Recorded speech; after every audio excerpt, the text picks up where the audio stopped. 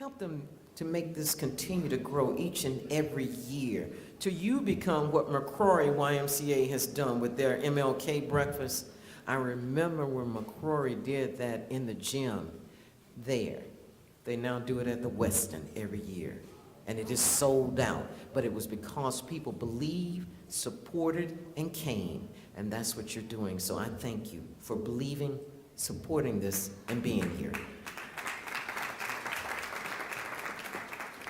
Now, if you will check your programs, ladies and gentlemen, next up is our welcome from Minister Makita Baker.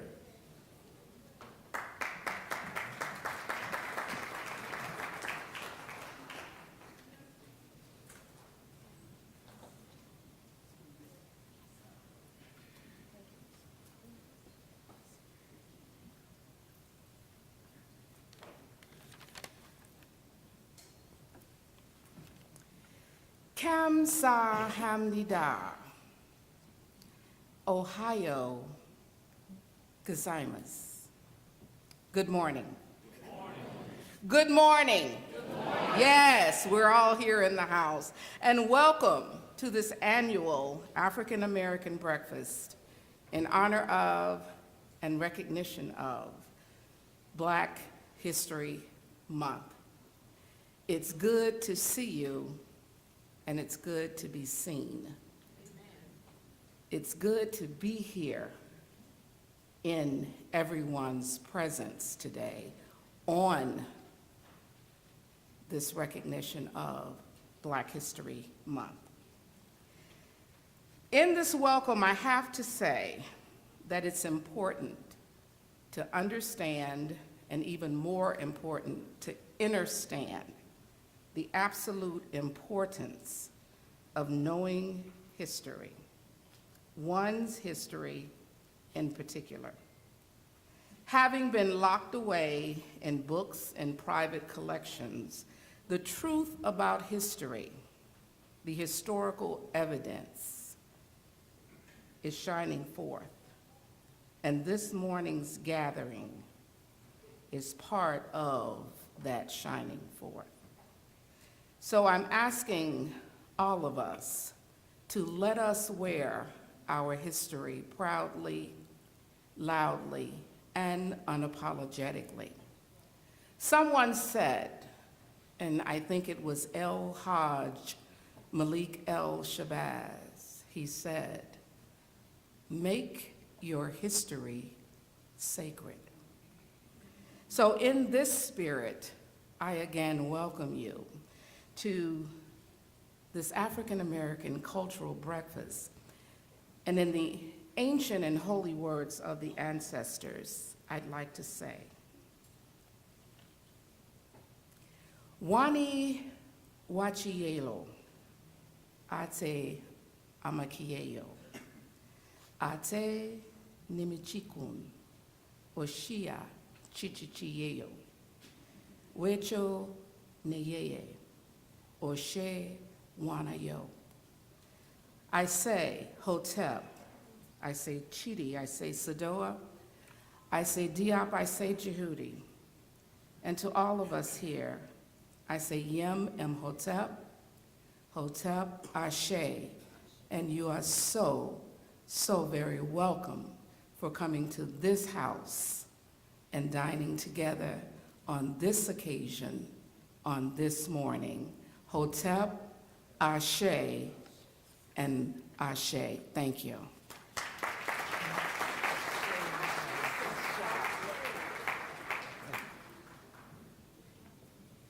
It always lifts my spirit. And consider the words you just heard. Most people would say, I don't know that language. That is the language of your ancestors. Just as we were told to forget the language, don't forget the history. Don't forget the history. And there is a purpose, and to bring that purpose to you this morning, Mr. Kim Gray, former coach here in the county. Welcome to the podium.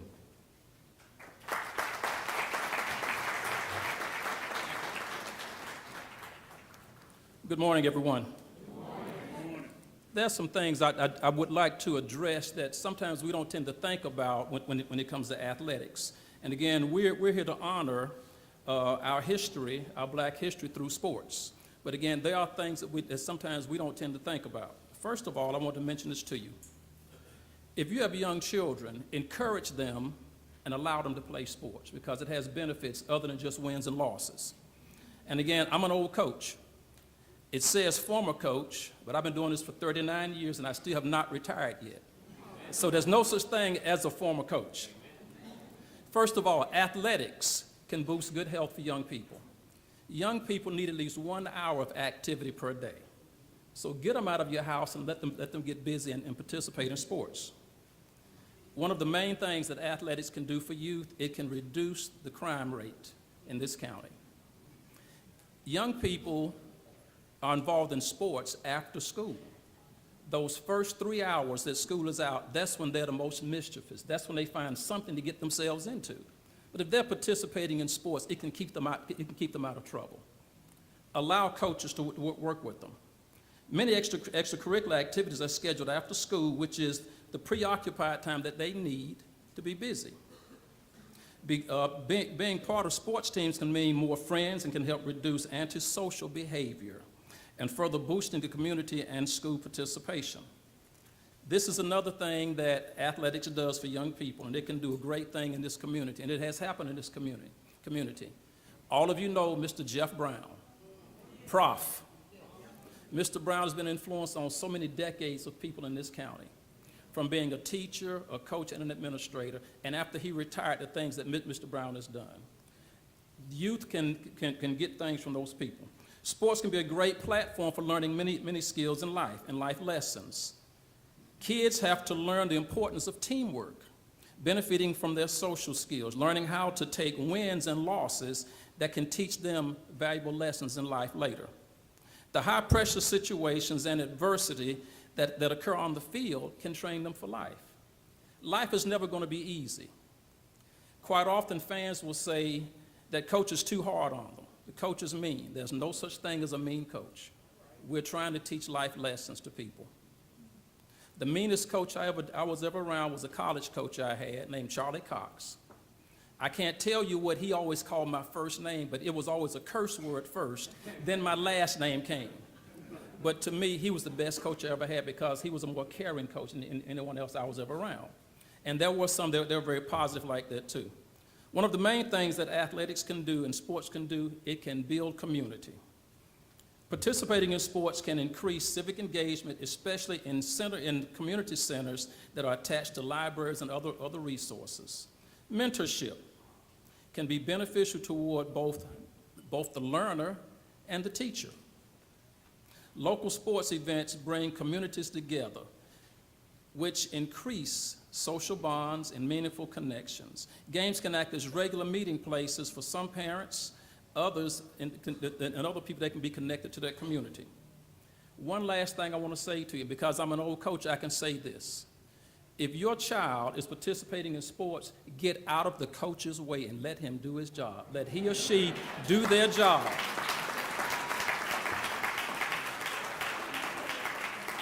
There is a shortage of coaches and officials in the state of South Carolina now because parents are riding their backs and call them every name that they can think of, and you don't have them anymore. I guess that's why I never really fully retired, because there's just such a shortage of coaches. I get calls every year. Will you come here? Will you come there? Because that shortage is there. But folks, let your young people participate. It is beneficial, and it has helped in this community. The role models that Coach Mcmurray has built, he was a role model, and he built other role models. And that has been very beneficial in this community right here in Richburg and all over the state of South Carolina. If I had not been involved in coaching, I would have never spent time with Ben Murdoch and learned a lot of things from him. But through coaching, it allowed me to spend a lot of time with him and with his two sons over here too. So get them involved in those things and expand what is good in this community. Thank you very much.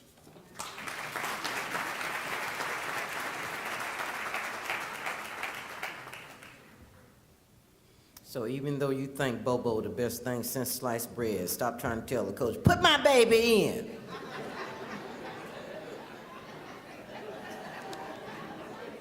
You know who you are. And with that, with a little comedic relief for us this morning, Reverend Barbara McClinton as Mama Lula.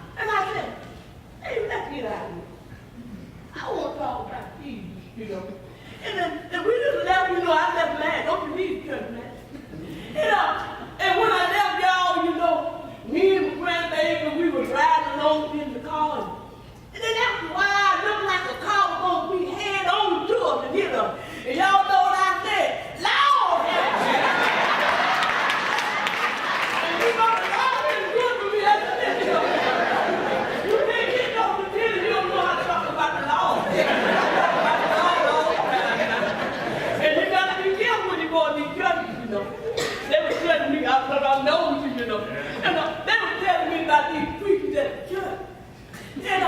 They said, don't y'all know that they got pimps in the pool? They got what?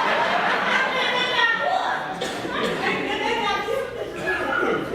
I said, oh, no, you know, so I went on to the church, and just get this, because I like to kind of put me in. And I went on down to the church, and the preacher, he got up there, and he was talking, and he looked at me. And that's why I heard him say, well, I can't live without her. Well, I can't live alone without her. You know it, her. And I can't live alone without her. I can't live who the her was.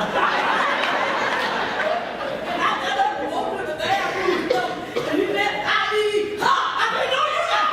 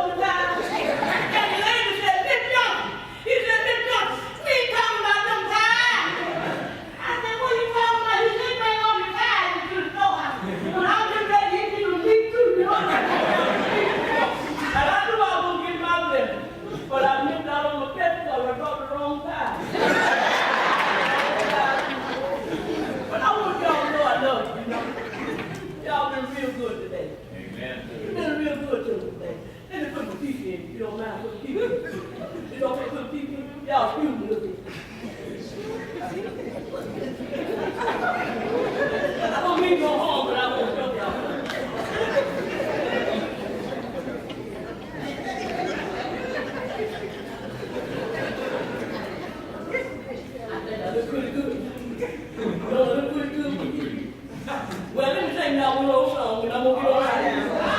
You know, I'm gonna take you way back. I was trying to act for the people tonight.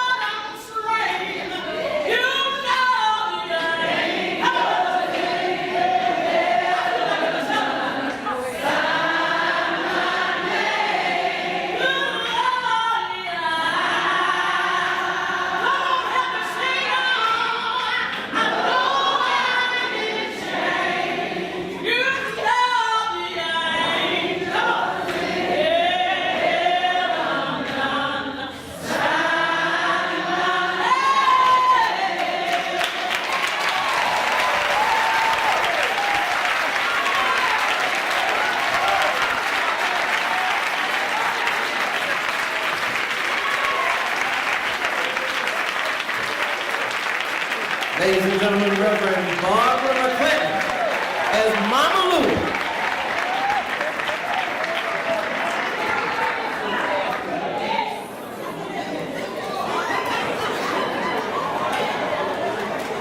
For every church member in here who has a church and a hymn choir, how many of you got at least one member got a pretty shout? Oh, yeah.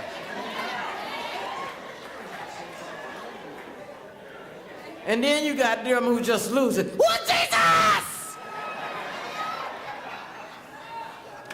They can't pray and they can't shout, but they can holler, Jesus! I'm just saying. I love you, Mama Lula, because this right here is known by hunters as deer in the headlights. And the black church is stopped by a saint. You will stand there and be still and listen. So thank you. Now, with the introduction of our speaker for this morning, welcome to the podium, Mayor James Harris.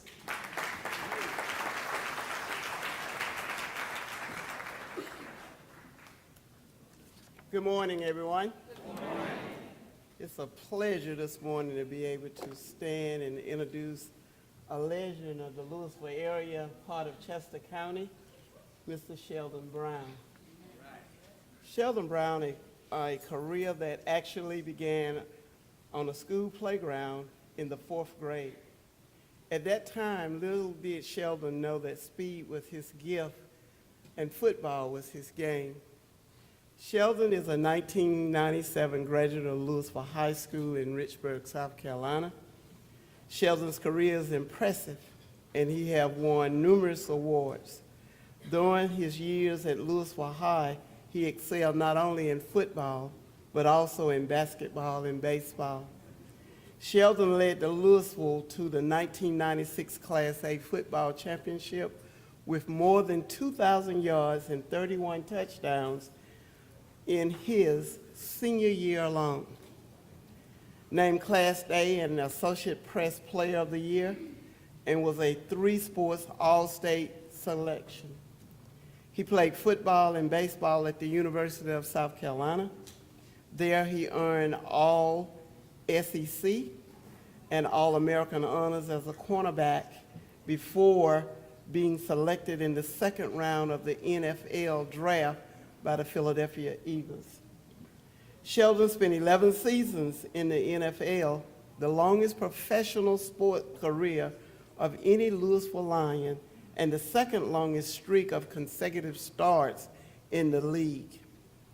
His perfectly shared up textball tackle of Reggie Bush graced the covers of Sports Illustrated in January 2007. His parents are the late Donald Brown and Judy Brown of Fort Long, South Carolina, who kept him grounded and focused. He has been unwavering commitment to his family and is rock solid, genuine, and heartwarming as you will find. Sheldon created Brown's Corner to provide young people in Chester and Lancaster County the support and tools necessary for success, preparing for college, also in achieving financial literacy. Brown's Corner emphasizes the importance of family participation to these young people through forged partnership with community leaders, schools, financial institutions, and other nonprofit organizations. Sheldon is also the sponsor of the FAST team, the FAST program, that's Families and Schools Together at Louisville High School, which I have been an employee for the past 7 years. Sheldon's life reflects on his work ethics, loyalty, commitment, motivation, class, dignity, integrity, and wisdom on all of the fields of admiral of the choices he have made. The Philadelphia Eagles made it to the Super Bowl the 3rd year Sheldon was in the league. While he may not have been with the winning team that particular day, he's certainly a winner in much more important games of life. Sheldon is married to the former Jenny Renfro. They have 2 children, a son, Dion, and a daughter, Simone. They reside in the Lake Wiley, South Carolina area. Sheldon will never forget his roots in the community or at Louisville High School. And the community will always remember Sheldon as number 24, the first and the last number he ever wore as a football player, starting from his Tagamite years to his football days. Once a Louisville line, always a Louisville line, and after the song, the next voice you will hear will be the legend, Sheldon Brown. Sheldon Brown.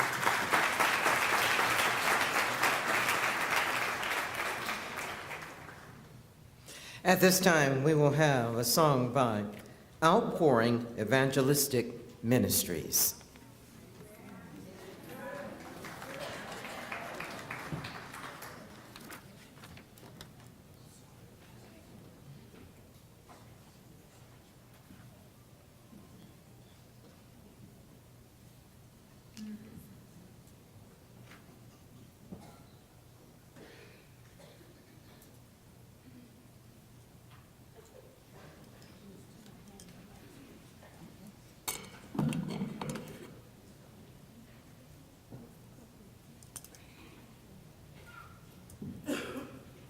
Well, praise the Lord, everybody.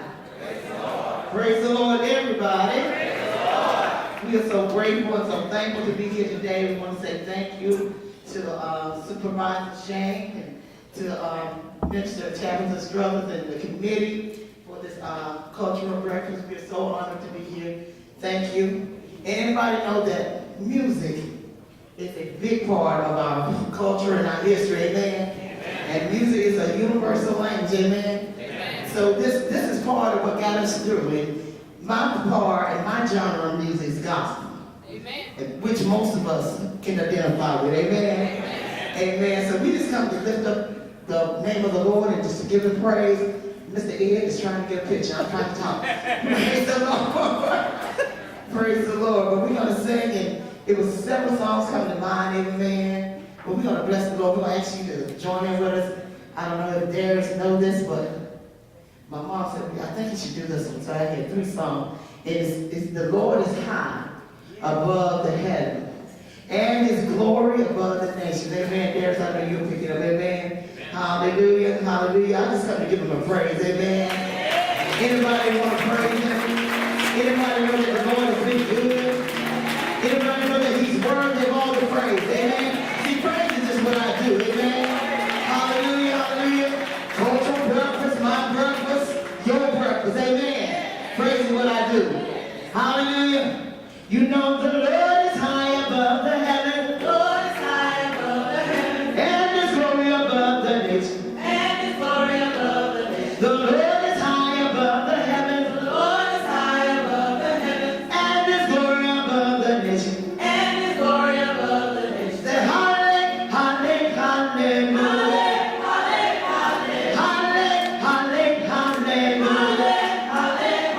The Lord is high above the heaven. The Lord is high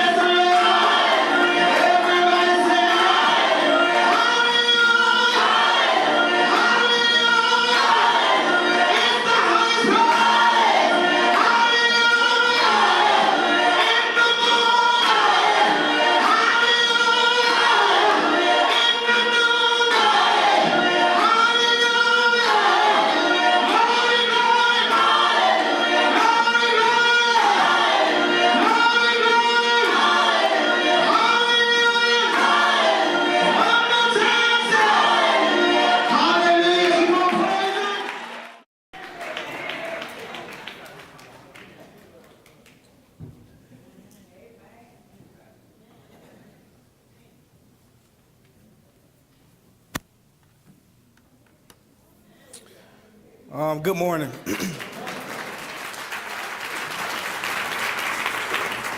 First off, I would like to say I'm very honored. I thank you. It's a privilege for me to be here today. Mr. Harris, thank you for such kind words. Before I start, there's a group I really want to recognize.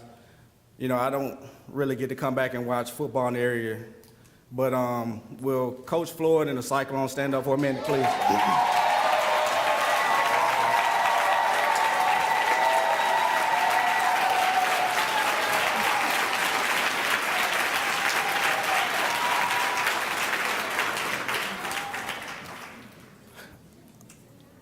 Now, I asked you to do that, kiddos, and this is why. Ben and Mcmurray, will you please stand up for a minute?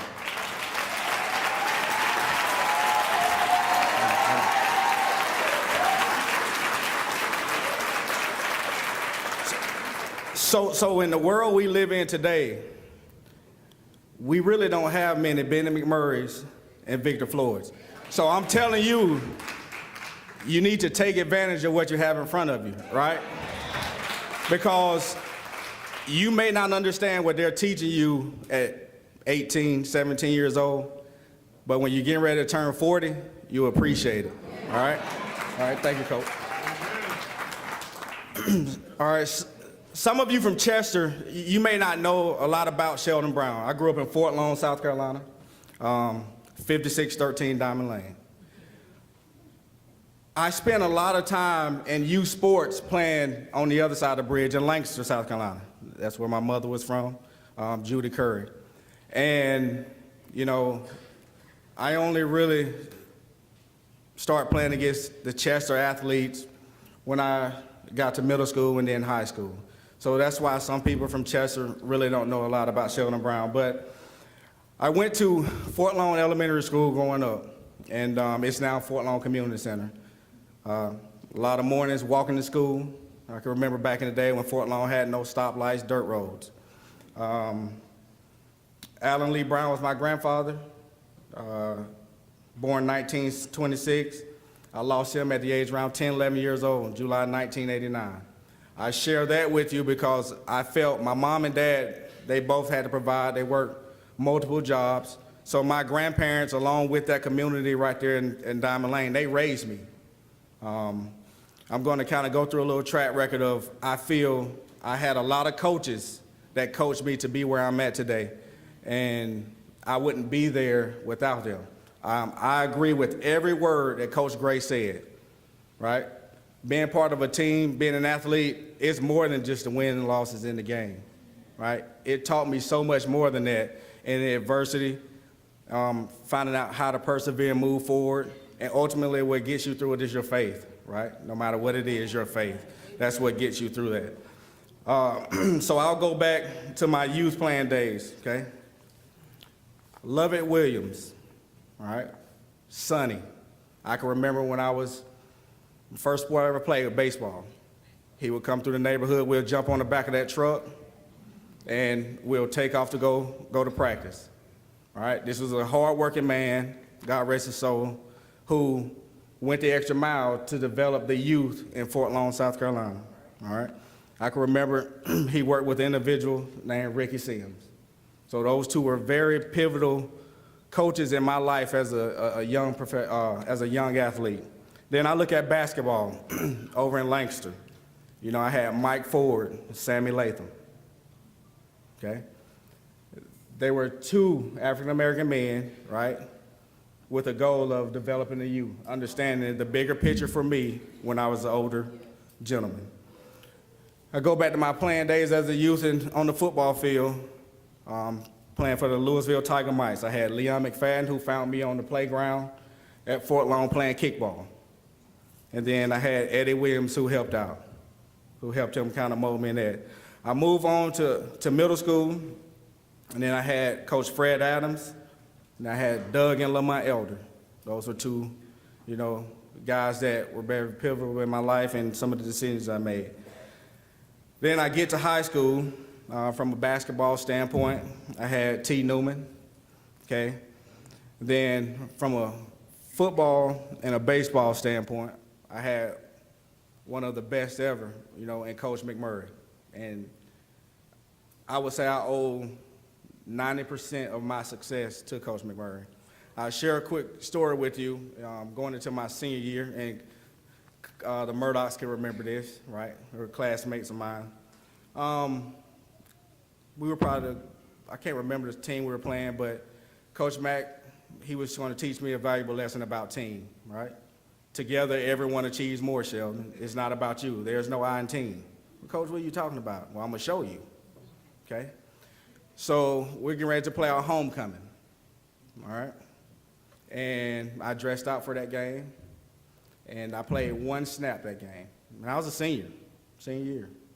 He put me in to punt the football one time in my homecoming, right? And before I touched the football field, he grabbed me by the face mask, and he said,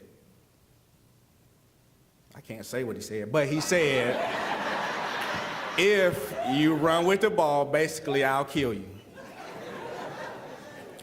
So I had so many emotions at a young age at that time, and I was very scared of Coach McMurray, so I ended up punting the football, and that was the only play I played in my senior year homecoming game.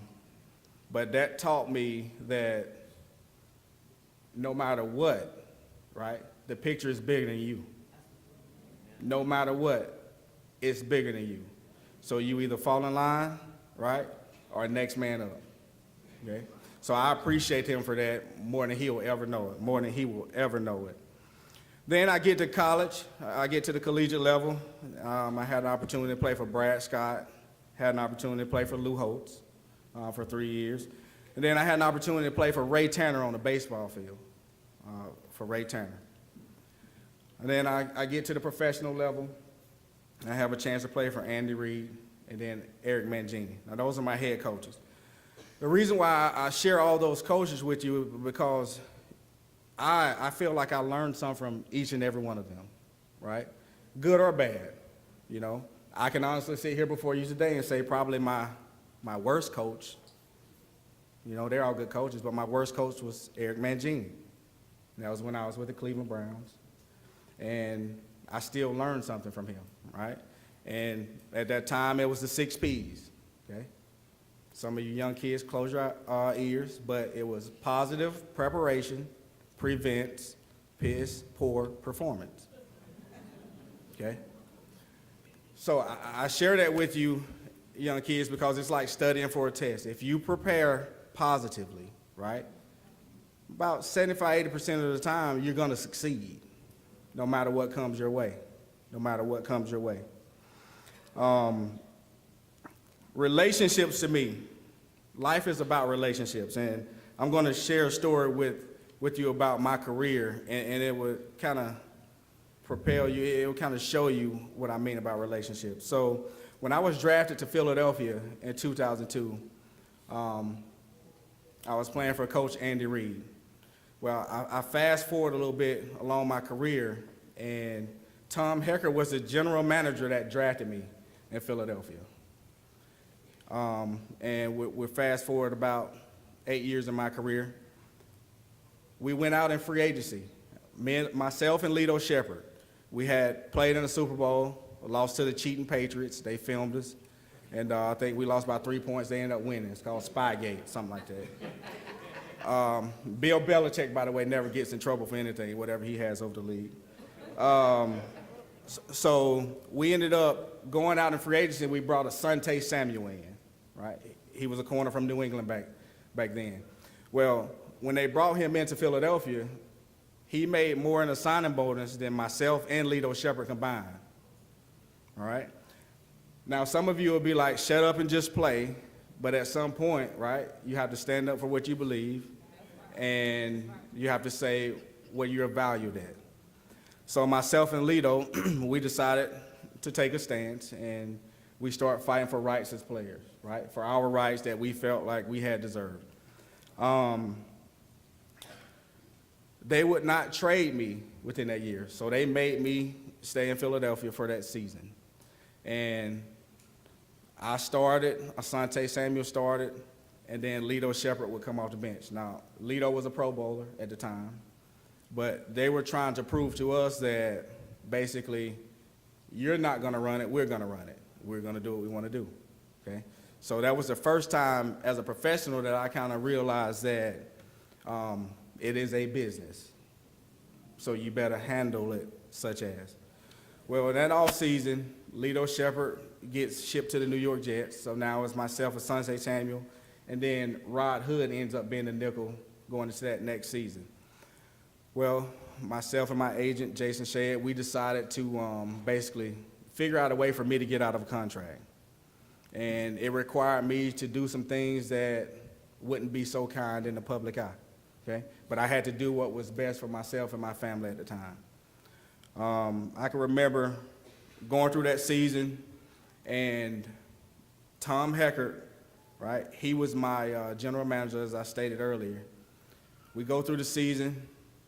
I'm on the bus ride in the playoffs at the end of that season, going to play the Dallas Cowboys in the playoff game. I normally sat behind Tom Heckert every bus ride for the last 7 years that I was in Philadelphia. And I'm sitting there and I'm like, where's Tom? And everybody's saying, you didn't hear the news. And I'm thinking, no, I've been in the room, sleep, resting, getting ready to play this game. And they was like, well, he's now the new general manager in Cleveland. So the first thing I did, and just pay attention to this young gentleman, the first thing I did was I'm on my way on a bus ride to go play against the Dallas Cowboys. I send a text message to Tom Heckert, who drafted me back in 2002.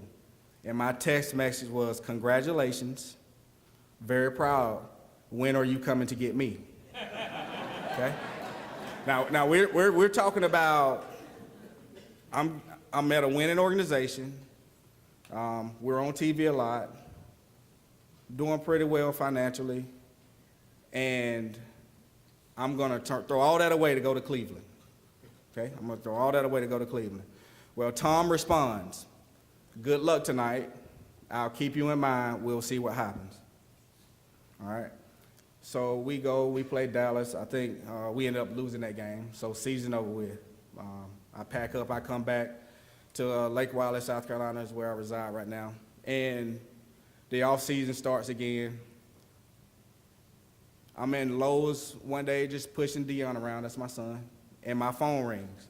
And on the other end, right, it's Andy Reid. He was like, you know, Sheldon, I know you're unhappy. You've been unhappy. So I've been in contact with Tom Heckert and Mike Holmgren, okay? Andy Reid learned everything he knew from Mike Holmgren back in the Green Bay era. He was like, so I think I'm gonna give you a chance. I'm gonna allow them to trade for you. So Mike Holmgren will be calling you in a minute when we hang up on the phone. I mean, I'm just in Lowe's, like, don't think an athlete is far above and beyond unimaginable, because we're you, right? Kiddos, we're you. I was once you, sitting there, right? We're no better. Don't put us on a pedestal. Please don't do that, okay? We live with the everyday life struggles of everybody, right? So I'm walking around Lowe's, and then sure enough, Mike Holmgren calls my phone. And then Tom Heckert, they have me on speakerphone. It's like, Sheldon, how you doing? I'm like, I'm doing pretty good, Tom. He was like, well, what will it take for you to accept to come to Cleveland? Just like that. And I was like, well, Tom, you know I really can't talk about that. You need to discuss that with my agent. And he was like, all right. Then Mike, you know, he tries to chime in and say, well, Sheldon, you can trust me. Young kids in life, you trust one person. That's you, okay? All right, you trust yourself. So I was like, well, Mike, I wouldn't be in this situation if I could trust a lot of people, all right? It's like, so I'll talk to my agent after you guys talk to him, and we'll see what happens. So I hang up the phone, and say a few hours later, a deal got done. And I share that story with you because I ended up making more that 1 year being traded to Cleveland than I was due to make in 3 years, sacrificing my body to play on the field for the Eagles.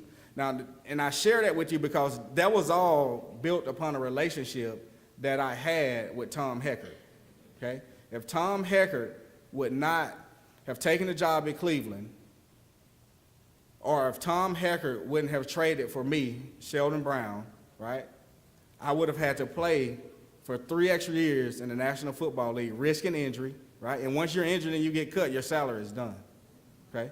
But through that relationship that I had with him, through me not burning any bridges, through him believing in my work ethic in the process and knew what I stood for, right? He was willing to trade for me at an older age. I was probably 31 years old at the time this happened.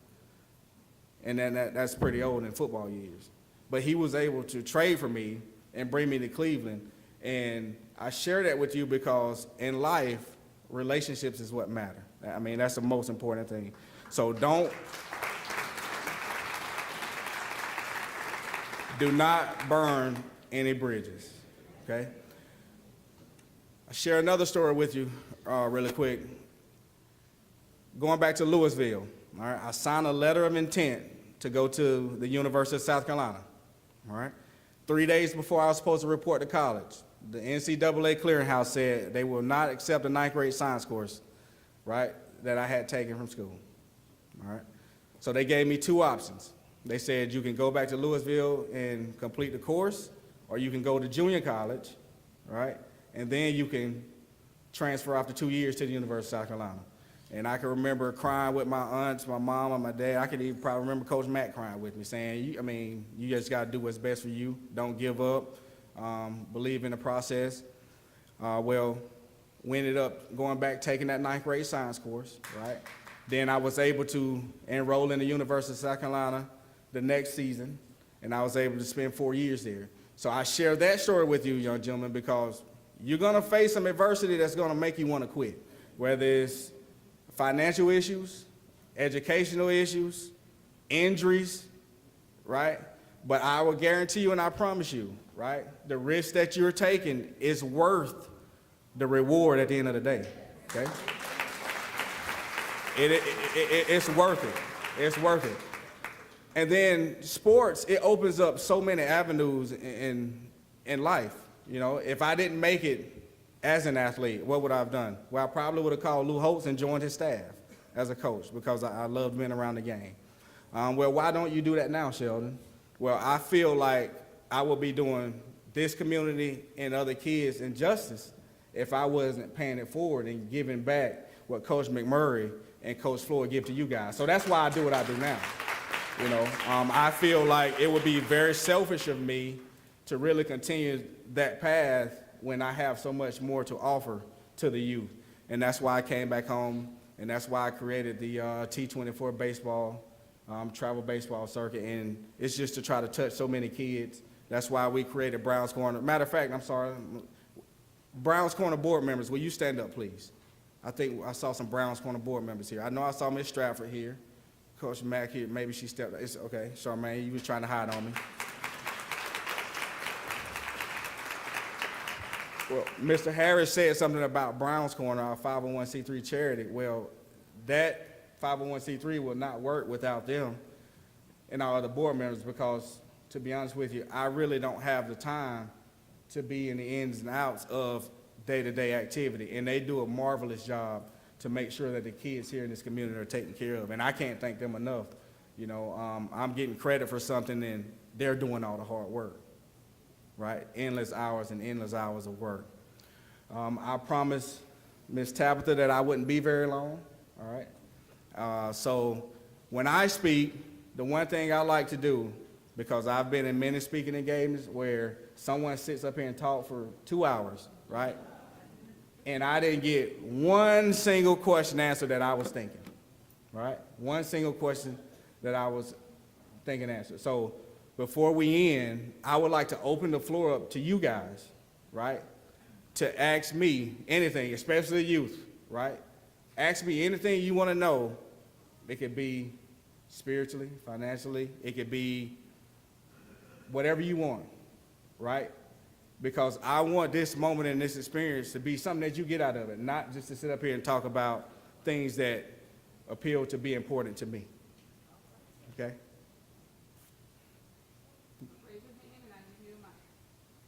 About 5 questions we'll go, and then we'll wrap it up.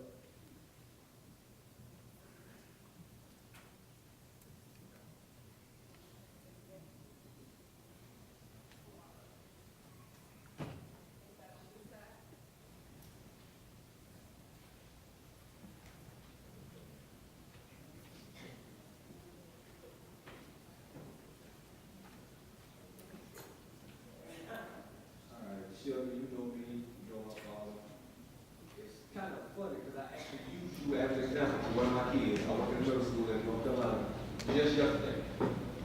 He, just like most kids, you ask anybody what you gonna do, NFL, NBA, NFL, NBA.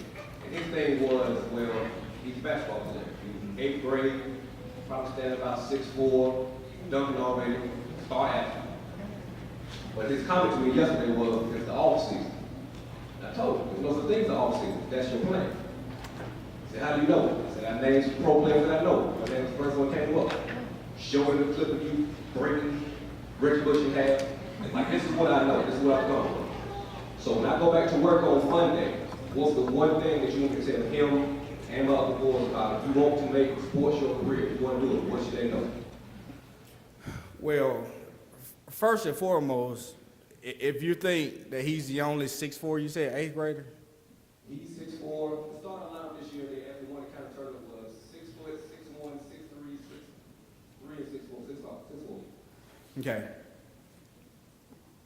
If you think that you're gonna make it, if you think that you're the only 6'4" athlete in the world, right? You're dreaming. That's rule number one. And then the next thing I would say is, what are you doing to separate yourself from the next 6'4" guy?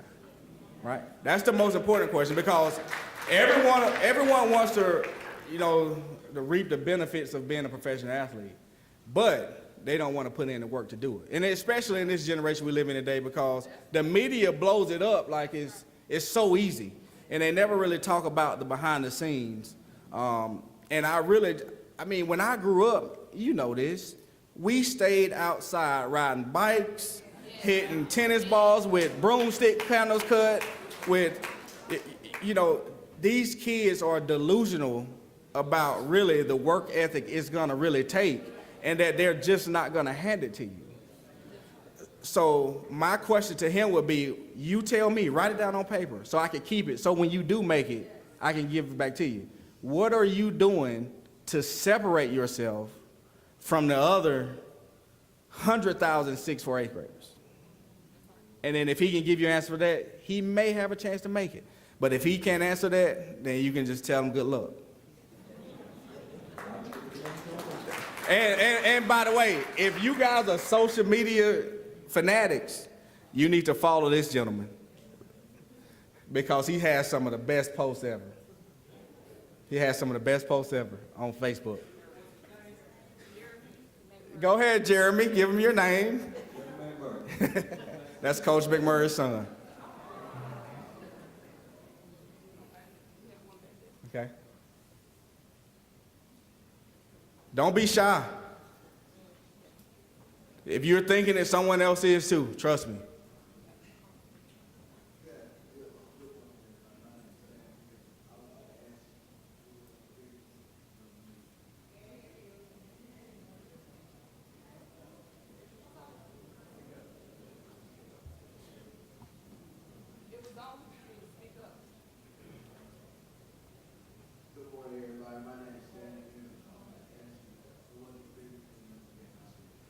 Okay, I want to know your name though, seriously, like speak up a little bit. My name's Stan Mills, very nice meeting you, very nice meeting. What was one of the biggest plays I ever made in my career? Okay, great question. So my grandmother, right, she had a stroke the year I set out, massive stroke. I can remember coming home, her name's Bessie Brown. I remember coming home, going to Lancaster Hospital, right, family had been called in, and we was that close to pulling the plug, right? She's on life support, and she's still living today, by the way. So the biggest play I ever made, she came to one college football game. It was my senior year against Clemson at the University of South Carolina. Well, that year, she came to one of my college games. That game, you can't make this up. That game, I had 2 interceptions against Clemson. We beat them. I was the defensive MVP of the game.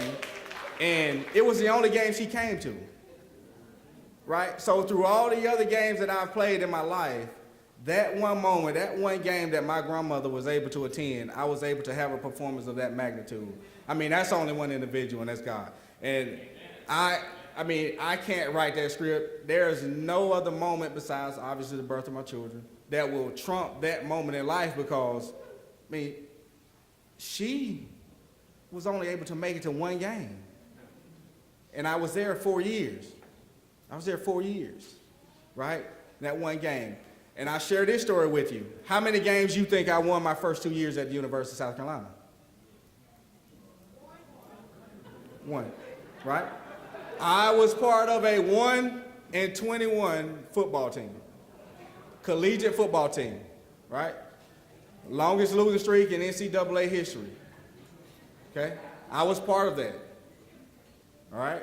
So I ask you too, as an athlete, are you willing to still do the things that it takes to prepare when you're going through that moment, right? If you really want to achieve the ultimate goal.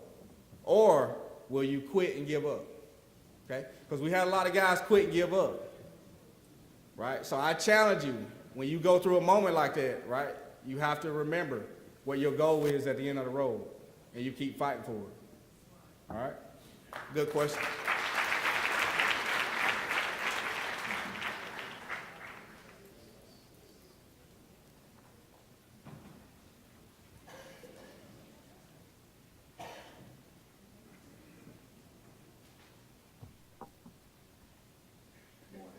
Good morning. Good morning. I'm Pastor Rodney Adams. Quick question. Yes, sir. Can you talk about the importance of the academics as you matriculated through the college system? Absolutely. So, not only the academic part of it, but I shared with you that I had to go back to Louisville High School, young people. If I was a turd at school, if I was a troublemaker to students, teachers, parents, or anyone, do you think the community in the school would have welcomed me back? Probably not, okay? So not only academics, right? It's how you carry yourself in the community and within the school, because if you burn bridges going up, you're gonna be asking for help from the same people on your way back down. So you have to make sure, right, that you're not burning bridges. And it's a tough pill to swallow, especially when you're an athlete, especially when you're a star athlete, because you kind of tend to think you know everything, all right? From an academic standpoint, if you don't have academics, you're not going to be successful. And that goes back to basically when you get your money or when you're working for your money, how will you handle your money, right? And academics kind of teach you that, right? When I think about college, not everyone can be a doctor, not everyone can be an engineer, not everyone can be a lawyer, but everyone in college, right, can understand how to create a relationship, right? But you may be in class with a lawyer or a doctor, or gentlemen that own their own dentist practice, right? I have 2 high school classmates, right, that are just as successful as me, right, in a whole different field of life. You know what I mean? So academics, I mean, it's priceless. It's priceless, and it gets your foot in the door in so many places where if you don't have it, no one will listen to you, right? No one will listen to you. So if you're not taking your academics seriously, you have time to change, right? You have time to change. It's never too late. We'll take 2 more questions. I'll wrap it up, and then we'll continue with the program. Yes, ma'am. My name is I have a question. I'm a social worker. I come in contact with a lot of youth that have low self-esteem. They feel like they're being bullied, being picked on, little things like that, but they have so much potential. Those smart kids, but they really can't see they really can't see their worth. They really can't see how famous they are. They really can't see how much potential they have. So what would you say to young people who are could be on the same path that you want to be, NFL players, to be doctors and lawyers, have that potential, but they really can't see that because they're so worried about how other people see them. So what kind of encouraging to the word would you say? Then we also have a bullying event that's coming up in June that we'll let you know about as well, but what would you say to a youth that's going through that type of thing? Well, the first thing I'll tell them is you're not alone, right? I mean, that's the world we live in. But my message to them would be surround yourself with positive people, right? That's life in general, right? You're a creature of habit. You're around bad people, 9 times out of 10, you're gonna end up being a bad person. Right? You're around good people, 9 times out of 10, you're gonna be a good person, you're gonna have some success. So when they're struggling with those moments, just see who's in their life, right? And then if they have bad people in their life, try to surround them with good people in their life. And it's hard to be surrounded by good people because good people not cool, right? They don't do cool things. They don't smoke marijuana. They don't drink when they don't supposed to be drinking. They don't hang out at 3 or 4 in the morning. They don't, you know what I mean? But those are the people, to be honest, at the end of the day, they're going to be successful when the cool kids are not so cool when they're 30. You know, so I would try to preach that message to them as much as possible, and that's what I try to do to the youth that I have. And I understand it, right? I understand the peer pressure, right? I'm in a school system, and it's tough. It's a different area, a different day, especially with social media, these cell phones. It's crazy. All right, one more.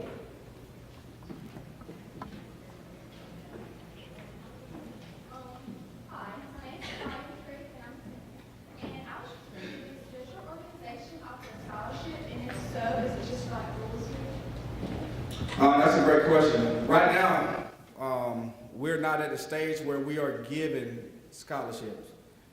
We have helped a few of the kiddos in our program with things as far as like going abroad to play sports and things of that nature, raising money. That's something that we've talked about as a board, trying to get to that point. If we could ever do that financially, I don't have a problem with it. We're just not at that point, that stage right now. And we do house most of Louisville community right now, and the reason why we do that is because of transportation. Transportation is the biggest issue with anything we do, especially here in Chester County. But that's something that we will discuss more so in our board meetings, and I'll make sure I keep that in mind.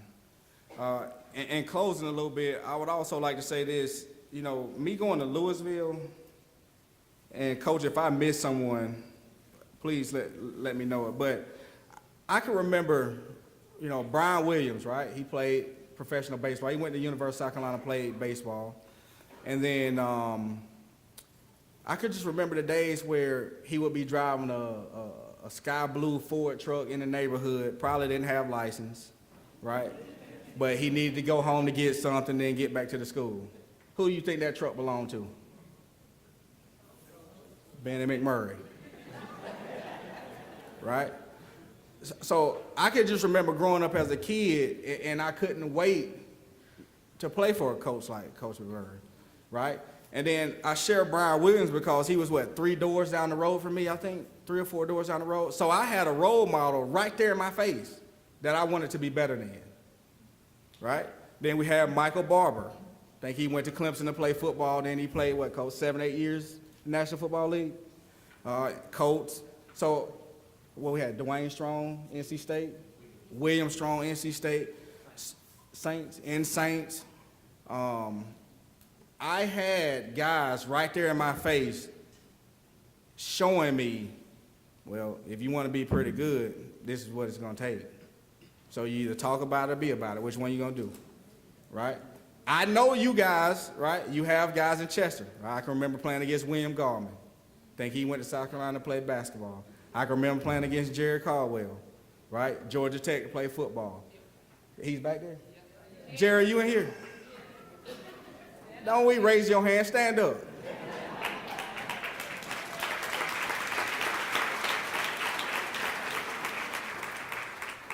Right, so find you a community role model and tell yourself, I'm gonna be better than that guy, right? I'm gonna do more than that guy, because we got to where we're at because we found a community guy, like we found a guy that was in our school and said, I'm gonna be better than that guy. I thank you for having me here today. If there's anything I can do for you, please figure out a way to get in contact with me. I'll do the best I can. What a great program. I'm very honored to be a proud part of it. I hope I didn't take too much of your time, right? But I appreciate you having me. Thank you.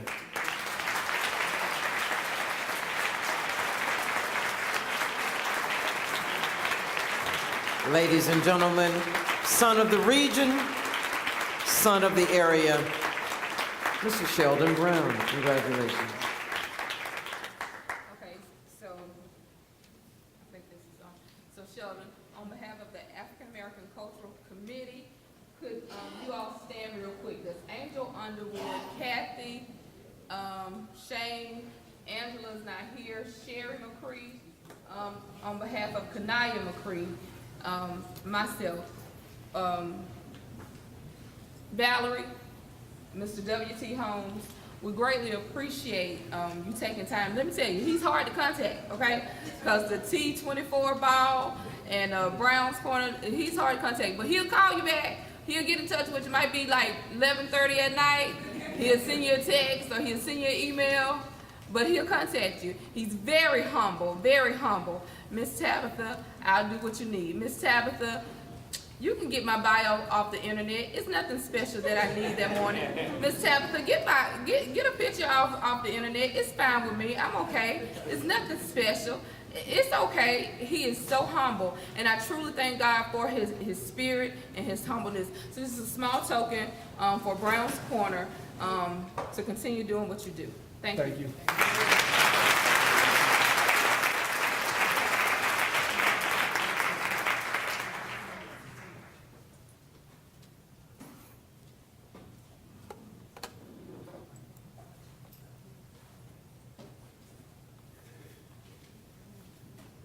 It's a wonderful thing to know people in your community and the children you grew up and say, I knew that baby.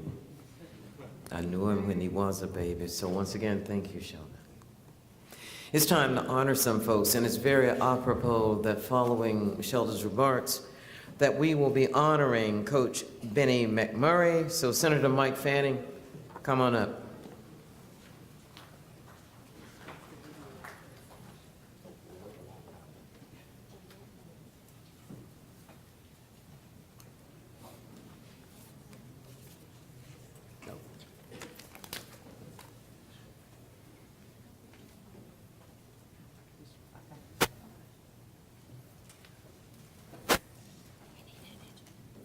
It's the eye of the tiger. It's the thrill of the fight, rising up to the challenge of our rivals. And the last known survivor stalks his prey in the night, and his fortune must always be the eye of the tiger. Coach Benny Mcmurray, would you please come up at this time?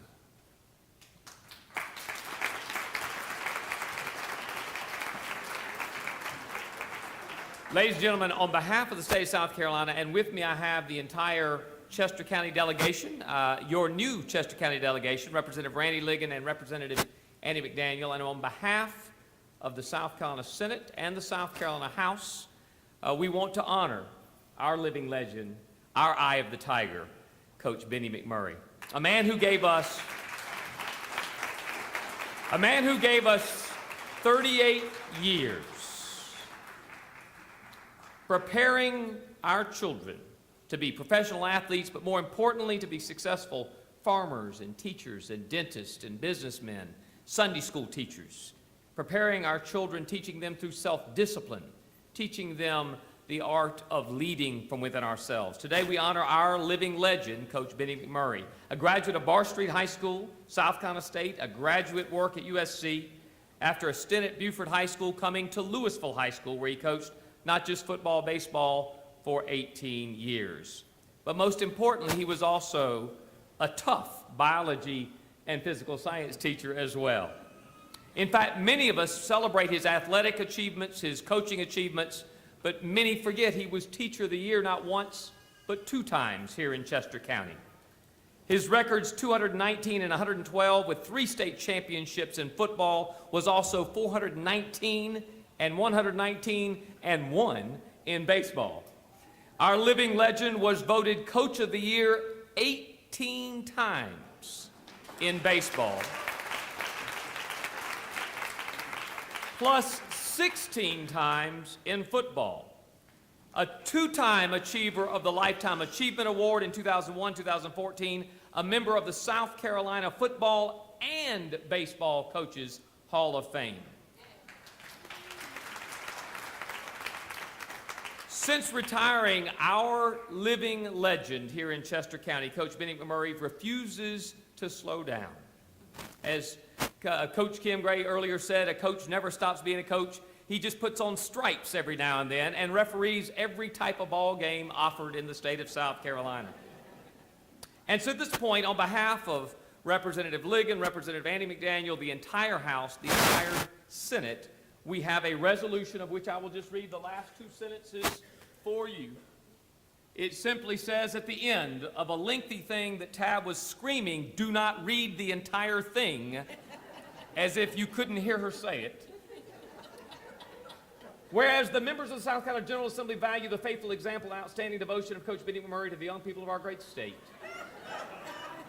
Be it resolved now, the House and Senate's concurring, and this is the final line, that the members of the South Carolina General Assembly by this resolution recognize and honor Benny McMurray for his 38 years of dedicated service as a coach in the Palmetto State, preparing young people to become professional athletes, and express gratitude for his role in preparing young people to take their places as productive citizens. Be it resolved that a copy of this resolution be presented to Benny McMurray and will be housed in the Senate and House in perpetuity. Ladies and gentlemen, please rise as we grant our living legend, Coach Benny McMurray.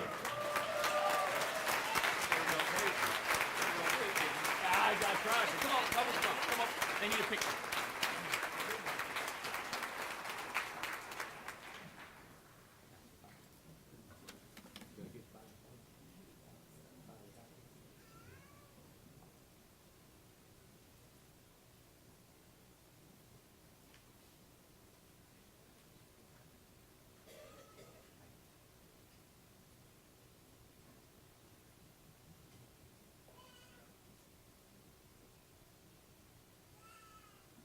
A big round of applause for Coach Benny McMurray, ladies and gentlemen.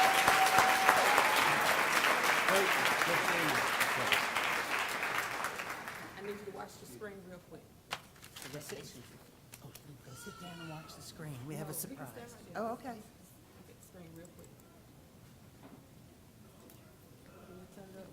Yes. Wait a minute. I can't get it.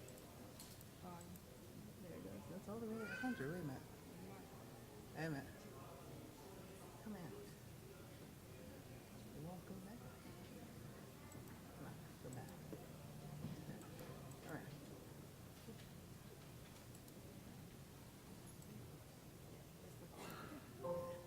Okay. Sorry, folks.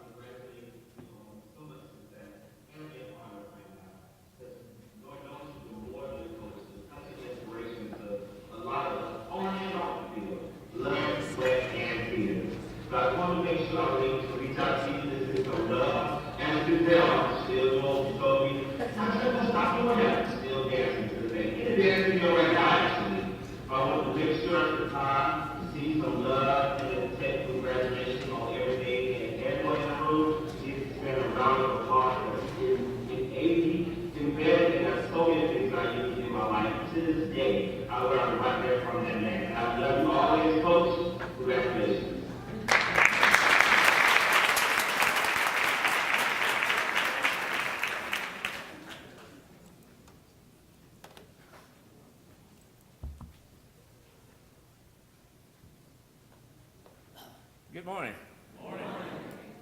Evangelist Brothers, Shane, and everyone involved with this today. Thank you so very much for this amazing award.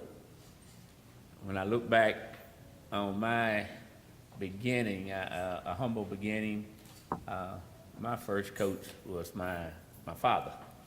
And if you guys who played for me think I was rough, I can't compare to him, because we had a little country baseball team back in the day, and there was many a Saturday morning if we didn't want to play, Pop was not above, and he did on several occasions, take out the strap, put it to good work, we'd get in the truck, and then we'd go play ball. But along the way, I had some great role models and mentors when I was in high school. Pap Lewis, Floyd White from Chester, Al Cole, Taylor Clinton, and the list goes on and on, that I really appreciate. In all my career, I've only worked in 4 buildings: Beaufort, Louisville, Waddell and Charlotte, and Lancaster High, where I retired from. The other 3 were work. Every day for 18 years. When I came to Louisville, it was fun. I love coming to Louisville. It was not work.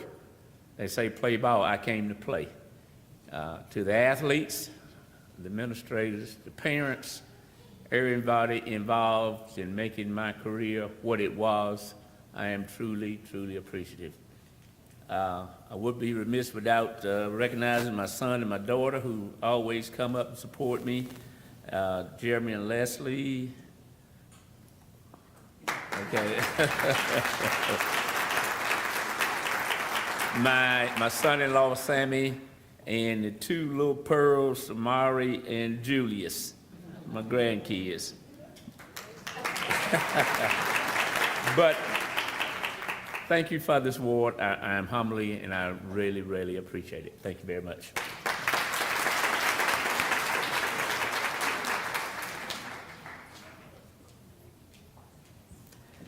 Think on it. How much do you do in a lifetime to get not 1, but 2 Lifetime Achievement Awards? Thank you so much, Coach. At this time, we would like to recognize the Chester High football team. So, Mr. K. Shane Stewart, County Supervisor, come on down. All right. Wow. Y'all put me behind all that. That is not right. There's a lot of talent in this room. It's unreal. And we don't always get everyone. We don't ever pick everyone. We don't ever remember to include everyone. So that's why we put the surveys on your desks. So before you leave, we would like you to fill out those surveys and let us know, what did we miss? What can we do better? What can we do wrong? What did we do wrong? So we can know what's going on. Because I don't know if you know this or not, but last night, just at the Great Falls, they just won their third round of the playoffs in basketball, but one of their, Torrey Craig, showed up. Anybody know Torrey Craig? Torrey Craig, yeah. Great Falls graduate that plays for the Denver Nuggets. I mean, really? Right in our little county. So, I mean, I love it. I love it. At this time, would the Chester High School... This is building our community. This is our next generation. So on behalf of Chester County and Chester County Council, I want to present this, and we got Coach Floyd. We want to present this to you, and thank you for everything.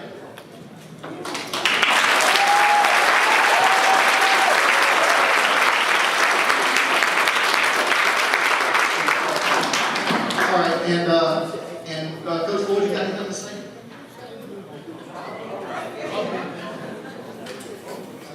Yes, good afternoon, everyone.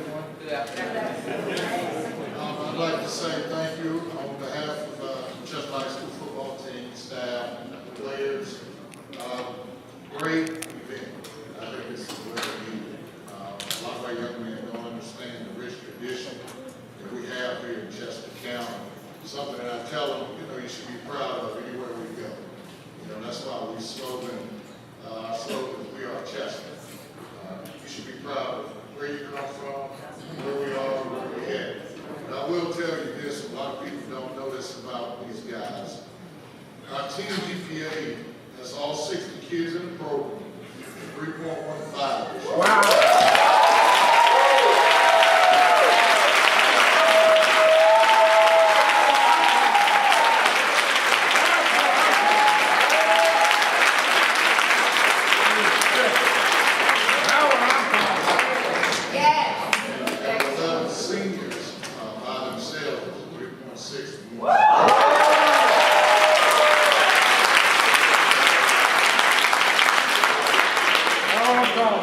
Once again, we appreciate the community's support, because the good thing about it, as much as people hate to admit it, sports brings the community together. In that state championship game, everybody didn't graduate from Chester High. It was Chester County represented. So again, we appreciate it. Thank you.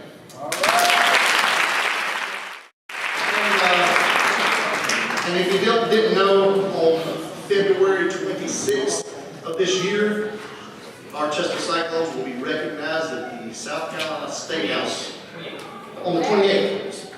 February 28th, the last day of this month.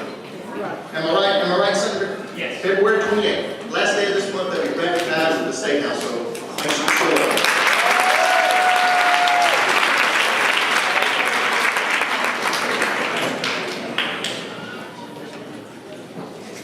And may I just add, look at these young brothers. Let me just thank you from the women of America for having your hands up and built. Thank you, baby.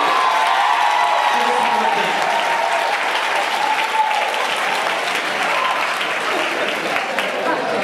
Just for those of us who see horrendous things, seeing your backside is not one I will take under consideration. So thank you, gentlemen, for carrying yourself as such. I appreciate that. And you're smart too. Somebody grab a number. I'm just saying. Now, at this time, we would like to recognize the Louisville High team. So, Mr. H.L. Irvin from Center.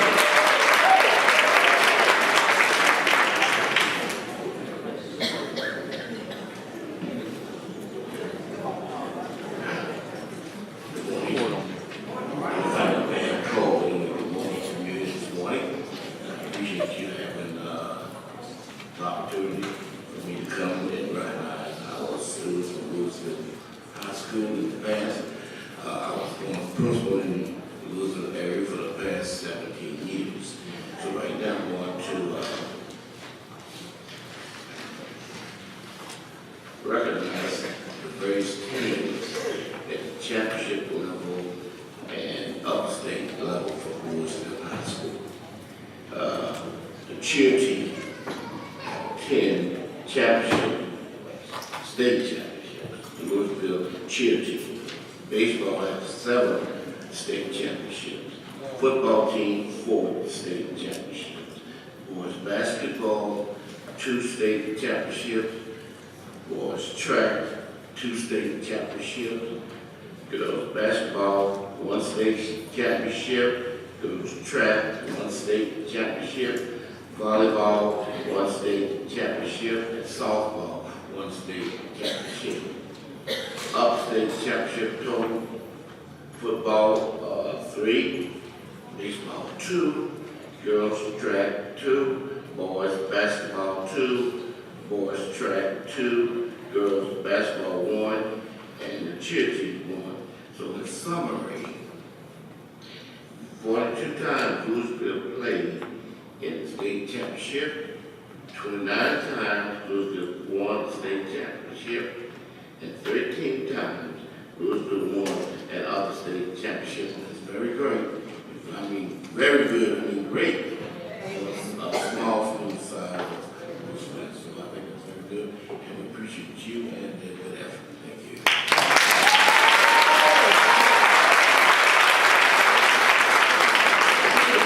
Staff of Louisville High School, come on, please.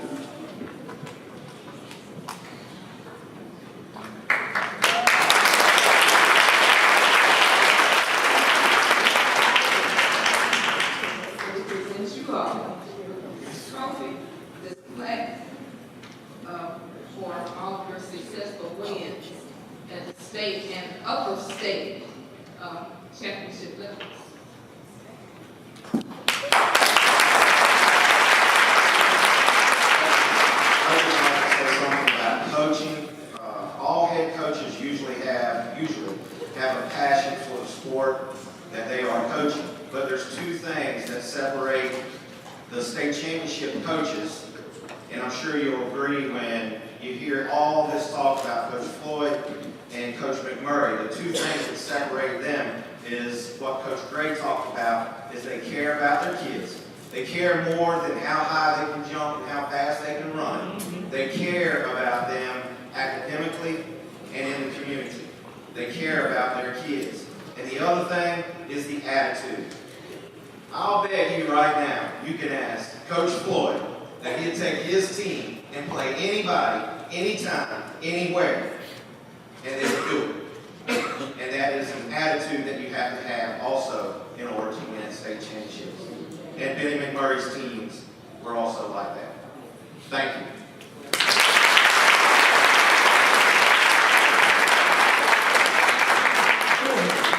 Thank you very much, gentlemen and madam. Thank you.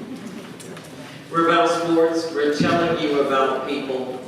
But I always learned that with our ancestors and anything else, as long as someone speaks their name, they are never forgotten. So, on this final page, grant me the honor of speaking their names. First, for sports, Greg Mobley was the first black to play basketball at Chester High School. Craig Mobley. Larry Hopkins was the first black to play football at Chester High School. Larry Hopkins. Charlton, Chuck Ware, and Gladden Williams were the first blacks to break the color barrier to play Dixie League youth football. Chuck Ware, Gladden Williams. Mr. Jeff Brown was the first black athletic director at Chester High School. Mr. Jeff Brown. Claudette Hopkins, well, she was the first black female to play basketball at Chester High School. Claudette Hopkins. And ladies and gentlemen, estrogen did well with national play because Allison Feaster was the first and only black female to play professional basketball from Chester County. Say your names. Remember your history. I'm going to turn it over to Tabitha because I think there may be some prizes that are going to be given out. Little Birdie told me there was something at the end of the program. So for those of you who have finished everything on that plate, there's nothing left. Why am I still here? For the prizes! Okay, thank you all for staying. We have a couple things that we want to give away. So Sheldon, check this up real good. I'm just going to sit down with the people out the way. Check that up real good. We're going to give away some prizes so we can get out of here. Okay, so first we have some tumblers on behalf of founders.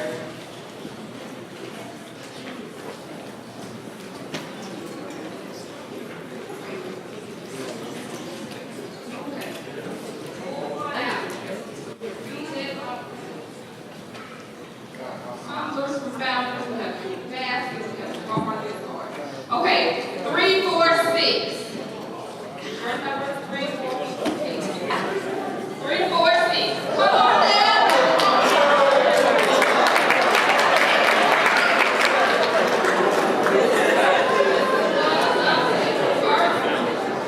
All right, my friends, we're going to pull the second number out of the bag. All right. What's that second number for you? 1, 1, 2. Whose number is 1, 1, 2? 1, 1, 1, 2. 1, 2. Like 1, 1, 2, 1, 1, 5, 1, 3 times, go. 0, 1, 2. 0,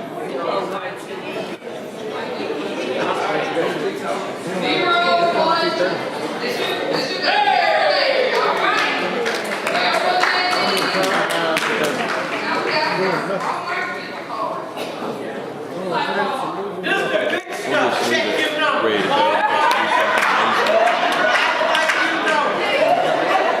I put that back in the wrong Right. hand. So like, Take the mic. Okay, take the mic.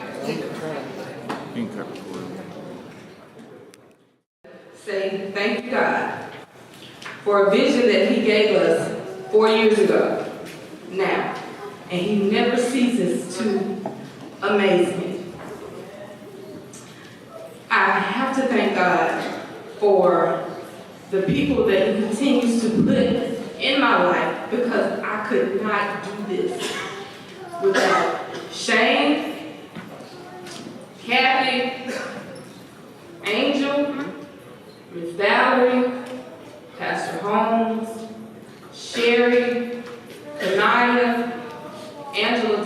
Cook, who is not here today, the ladies of Alpha Gamma Psi sorority. Thank you so very much. Thank you for hosting today. We thank you for all of our sponsors, the ones who are listed on the back. Davis Body Shop, Oliphant, Warehousing Company, Dixon Trucking, Wilkes Towing, and all of the ones who have not given yet, but will give. I thank you from the bottom of my heart for all of you who gave. Thank you for the young men of Chester High School, the football team, the coaches who came out, the coaches of Louisville High School. Thank you, Coach Ben Mcmurray, for all of our phone calls and emails back and forth. Thank you, Jeremy. Thank you, Sheldon, for our calls, texts, and emails and everything. Mike, Annie, Randy, Sheriff, Pastor Murdoch. Getting to know him has been fun. That's all I'm going to say. My dentist, Dr. Pat. Y'all go see Dr. Pat. Okay? I love all of you. I thank you for coming. Each and every year it gets better. But listen, these gentlemen, these people who were the first, please talk to them. Chuck Ware is a wealth of knowledge. Dr. Larry Hopkins, I think his real name is Lawrence, but we call him Larry. And I didn't know Chuck's name was Charlton until I got to know him with preparing this. Listen, it's a wealth of information. Chester is full with a wealth of knowledge. And of course, Mr. Jeff Brown. I have to tell y'all that story later, okay? And why he, in December, told me that he may not feel like coming today. Probably why he's not here today. Yes. Mr. Glad and Mr. Marvin, all the way from LA. Okay. Y'all, I just thank God. And I thank God for you. Go home and tell somebody about today, because give us a couple months to regroup, because we're going to go ahead and start working on next year. But this lady right here, to this side of me, Miss B, please stand. This lady has had my dad for over, and I'm going to do this without crying today, for over a decade, when she was hosting events for me, for fibromyalgia events back in the day. God is good, and He's worthy of all of my praise. So we've been rocking, as my kids say, for a long time. So I thank God for each and every one of you, and like I always say in closing for everything, I love you, and there is absolutely, positively nothing that you can do about it. So go home, be blessed, enjoy your family. Sheldon will be around for a couple minutes to get a couple pictures, autographs, and all that good stuff. To talk to some of these other people, it's just a big family reunion.